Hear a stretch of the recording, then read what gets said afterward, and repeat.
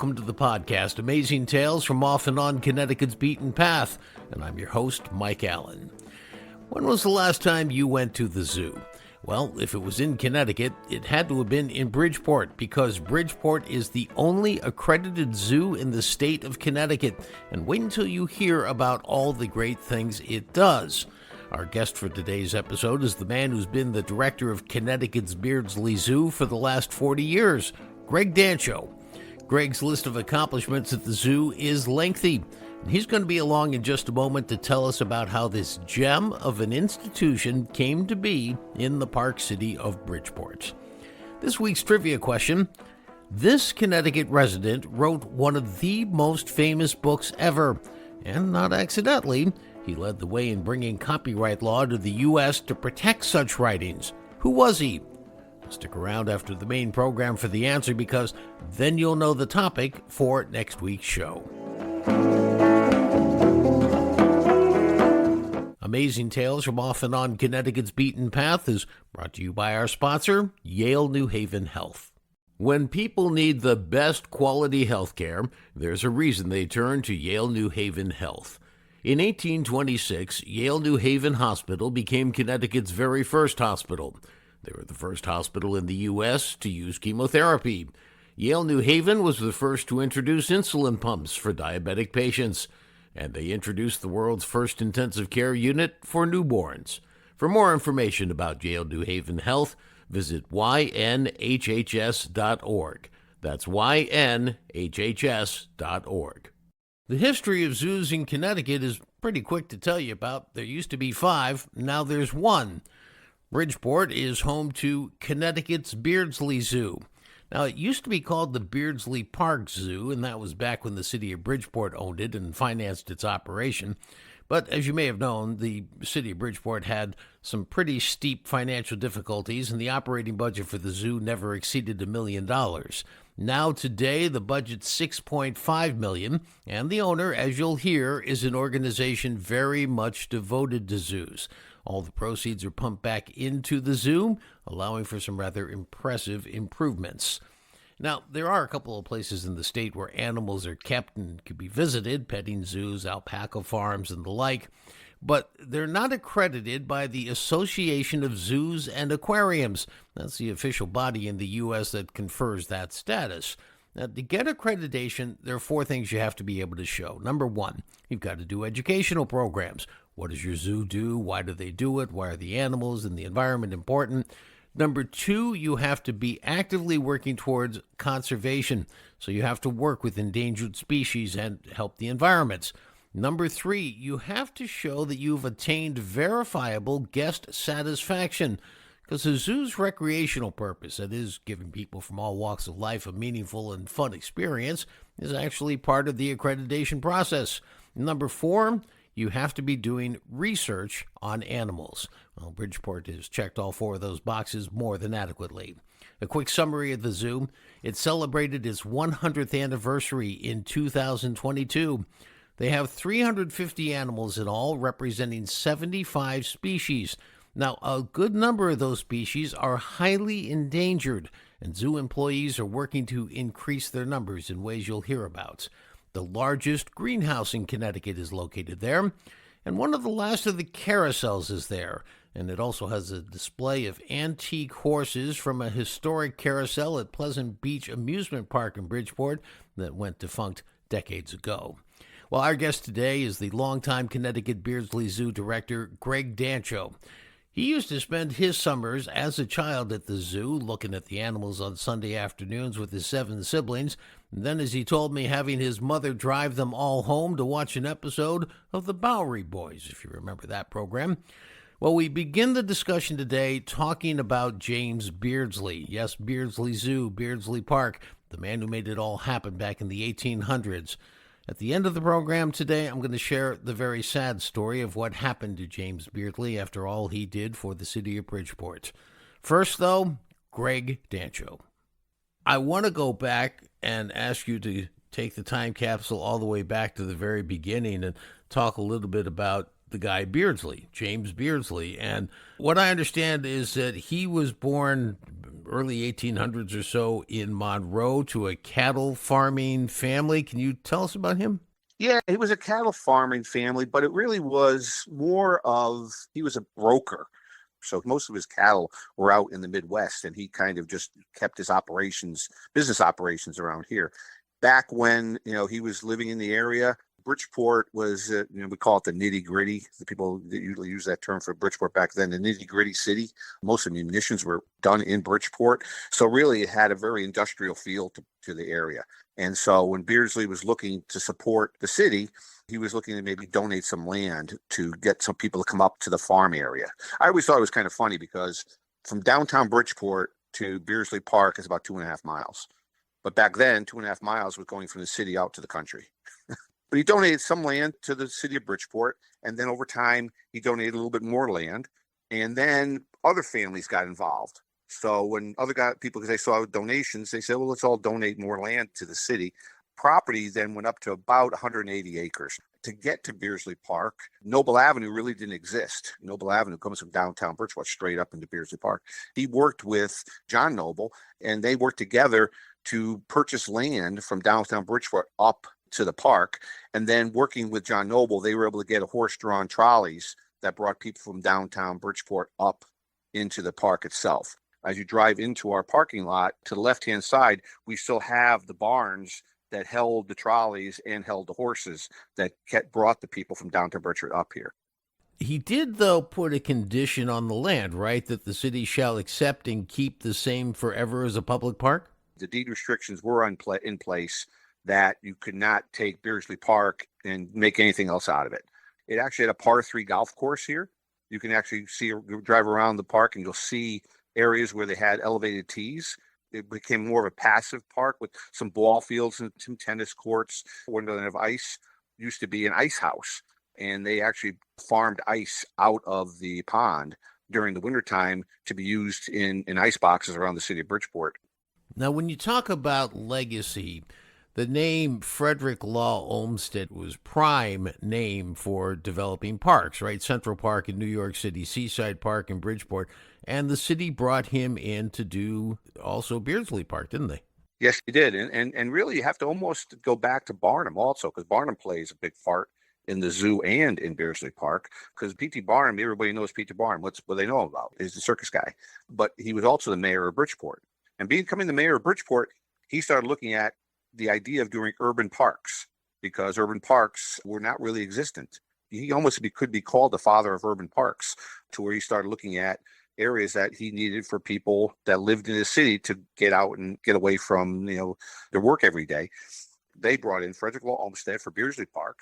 His ideas were to have open space for people to be able to congregate, like the Great Meadow in Central Park, which people know about, right? But if you go through Beardsley Park, you see these big open areas that he designed so people can get out and be together, and have picnics and family gatherings. The other side was he wanted areas where people can go out into a wooded area, into paths and trails, so they can commune with nature. So that was really the couple of things that Frederick Olmsted really brought into his design. And you could see that in Beardsley Park. So now, if you can put your minds back into the late 1880s, and you've got an aging P.T. Barnum with his circus bringing his animals like zebras and camels and elephants over to the park to exercise them, and during the winter when they were off the road and doing all this, and it's just an impressive concept to think about what Bridgeport looked like back then.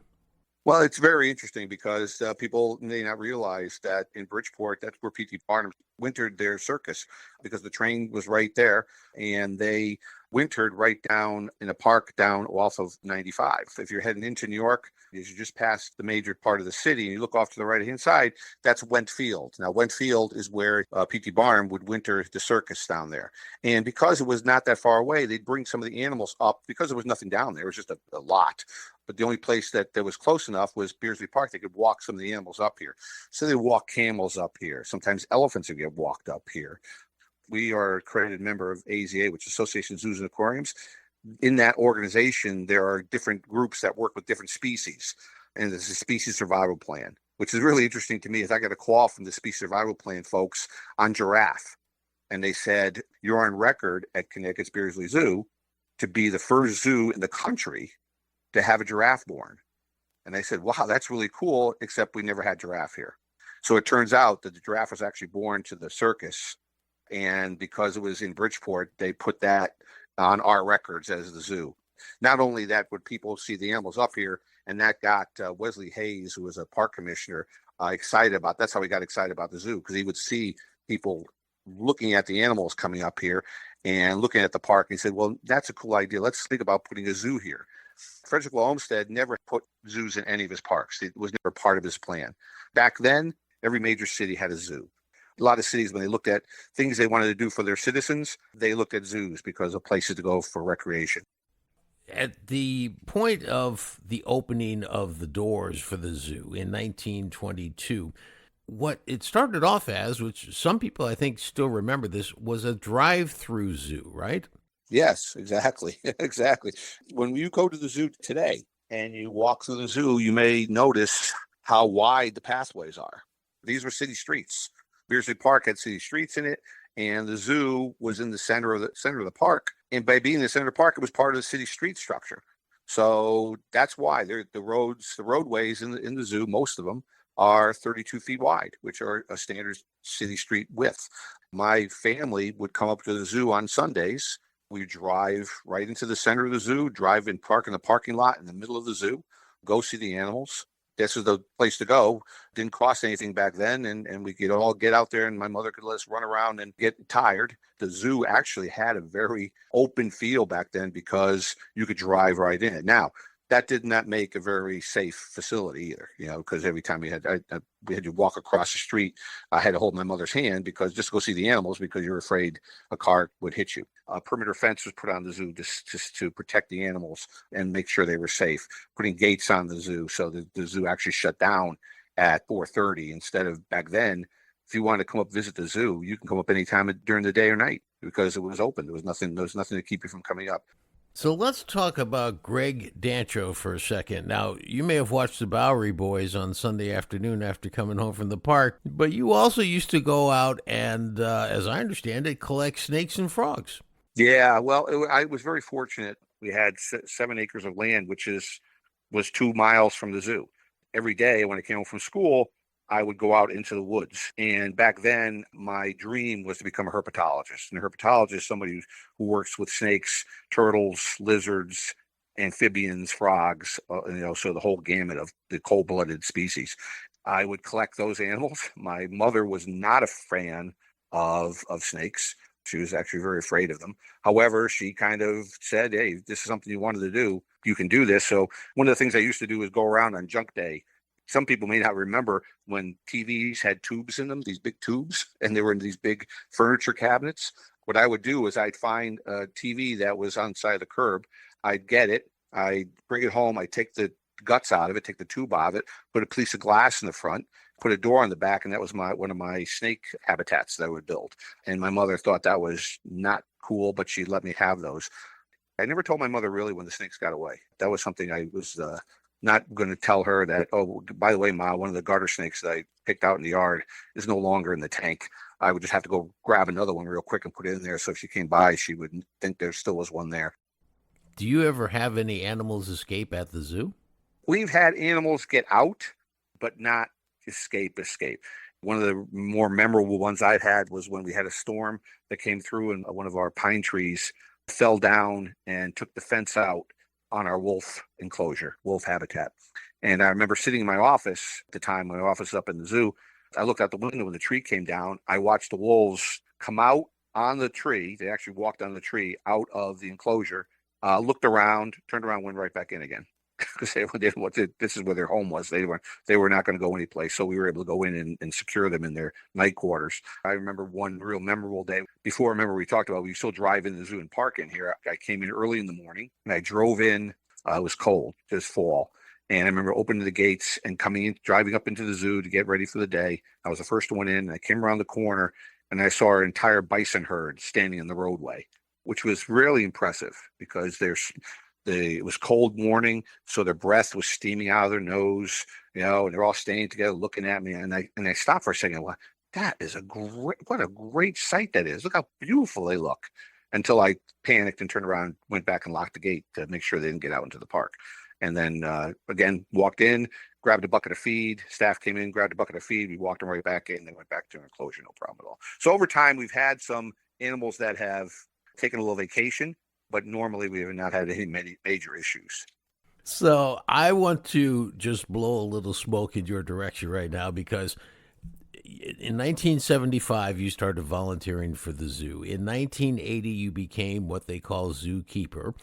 But in 1983, at the ripe young age of 25, you became the acting zoo director. And the thing that I find most remarkable is that here you are in your 20s and you managed to get full accreditation for the zoo from the American Association of Zoos and Aquariums. And this is an honor and a distinction that only 240 zoos and aquariums have achieved nationwide.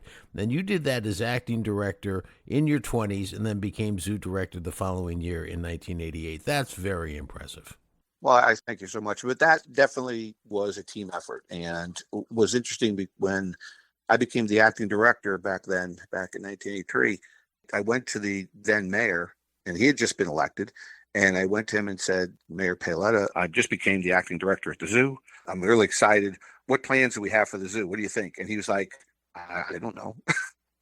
And so we kind of looked at each other and went, okay. So we really had a pathway to go here. And that was most interesting thing about the zoo back then. We had a path to take.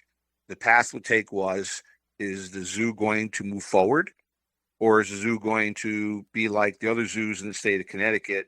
That one was in Hartford, one was in New London. There was, like I said, 5 zoos in the state of Connecticut. They all went away. We decided that we're going to try to see if we can keep the zoo moving. And we're really fortunate to be able to get funding from the state of Connecticut for the first time to do a major renovation to some of our very old exhibits that really were deteriorating. And that was followed up with some more funding. And then we started our educational programs. And we're really proud that we were able to gain accreditation and keep accreditation for these many years. One of the things that, with an analogy you can use for working here at the zoo, is that really this is like a city. You know, we have health issues. We have to work with guests, people coming into our there. We have residents, constituents we have to work with. We have education programs. We have food. So really, when you look at it, it's like a small microcosm of working with a city. So in 1995, while the city still owned it, they built this carousel building. Can you tell us about that? Way back when Mayor Mandanisi was the mayor of Bridgeport, I remember him coming to the zoo and looking out on what we call Lookout Point, which is right where the carousel exists right now, standing there and going, I want to bring the Pleasure Beach carousel, which Pleasure Beach was a park down in Bridgeport, which had an amusement park on it. A carousel was there, but it was defunct and people hadn't gotten out there for many years. And he said to me, what I want to do is get a sky crane from Sikorsky and pick the entire carousel unit up, bring it down Long Island Sound, bring it up the Paquonic River, and then set it right here on top of what we call Lookout Point. I'd like to get the carousel working again. Now, that was Mandanisi. That was probably 15, 20 years before the carousel actually got to be at the zoo. In the meantime, the horses were all taken from the ride, taken out to be restored, but there was no place to put them. So at some point, there was a talk about selling the horses to make money for the zoo because the horses were antique and they're all wood carved. That got people very upset. So the decision was made to put a working carousel up at the zoo, but not put the old horses on the ride because of the wear and tear that they would have. So that created a kind of a carousel museum here at the zoo where we had a working carousel put in the center of the building, and the antique horses, which are Carmel and Ilians, which are a famous make of carver that made these horses, on display there. We made it big enough so we could have birthday parties and we could have weddings and we could have meetings. And really, that was a huge addition to the zoo. And I got to say, probably 80% of the people that visit the zoo ride the carousel. One of the most important or really significant steps from the zoo occurred in 1997 with the sale of the zoo. Why don't you explain what was behind the sale of the zoo? The sale of the zoo was money. The city of Bridgeport was in pretty much large debt. The governor of the state of Connecticut was Lowell Weicker. Joe Ganim was the mayor. and I'm paraphrasing here, the mayor went up to Hartford and said, the city could use some money. Is there anything the state would like to purchase from us? We have a golf course, we have beaches, we have an airport, we have a zoo. Again, very much paraphrasing, Governor Weicker said, oh, I love the zoo. I went to the zoo years ago. I remember the elephant at the zoo.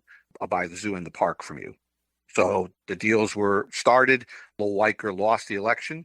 Governor Rowland came in, and Governor Rowland, again paraphrasing, I have no use for owning a zoo. I don't want a zoo or a park. The state's in fiscal problems too. I don't really want this, but I'm going to still uphold the agreement, but I don't want to be part of this. And so the Connecticut Zoological Society was approached, which was our support group for the zoo, who ran their concessions here at the zoo. They were approached and said, okay, would you want to purchase and run the zoo? Selling the zoo to a private organization may constitute the deed restriction being triggered. That went to the courts. It was a long, drawn-out process through the courts. And then finally, all the T's were crossed, the I's were dotted, and the zoo was transferred to the Connecticut Zoological Society. And so the Connecticut Zoological Society owns and operates the zoo. We went from 33 acres of land to 54 acres of land, so that we did add more property to the zoo for future expansion. And the state of Connecticut actually owns the park. And the city of Bridgeport has an agreement with them. So the park is run by the city of Bridgeport, but it's actually Beardsley Park is a state park right now. You look at your 350 animals, 75 species. What are some of the more fun animals? Well, you expect, as we talked about a little while ago, that I was a herpetologist. I love snakes and reptiles and all that kind of stuff. However, I really started looking at working with other animals. And right now, my favorite animal, and right now, actually, you can't even see it right now here at the zoo, I hate to say, but as our tigers. We have had tigers for many, many years. Our logo is our tiger. I had our first tiger born ever here at the zoo in Connecticut while I was working with them. And now we are in the process of building a whole new tiger habitat. So we moved our tigers out. We're going to start seeing construction of a $4 million tiger habitat that hopefully will be complete in a few years and bringing our tigers back. One of the things we want to do here is help with the animals on the planet, keeping these animals on the planet. So having these really tremendously endangered species and working within not just keeping them here for people to see, but keeping them alive and keeping them healthy, and then actually having offspring to be able to get them potentially back to where they came from is what our dreams are. When people think about zoos, they think of it as captive. No, we want to see these animals back to where they belong. However, we kind of know that those pressures that are out there are not going away. So we have to be the safekeepers. We have to keep these animals safe until that time, if that time ever happens, that we can put them back in the wild. And I think if that happened, I don't think you see anybody really being very upset about that. Now, just to give you an idea of some of the endangered species cared for at Beardsley, there are Amur leopards. Now, there are only 300 Amur leopards even remaining on Earth, and only 60 of them live in the wild. They have golden lion tamarins. Now, they're nearly extinct in the wild. One was born not too long ago in Bridgeport and was actually released in the wild back in Brazil. And the very rare red wolf. Only 20 are known to still roam the woods of eastern North Carolina. And Gregg Dancho says there's a mother red wolf currently expecting babies at Connecticut Beardsley Zoo.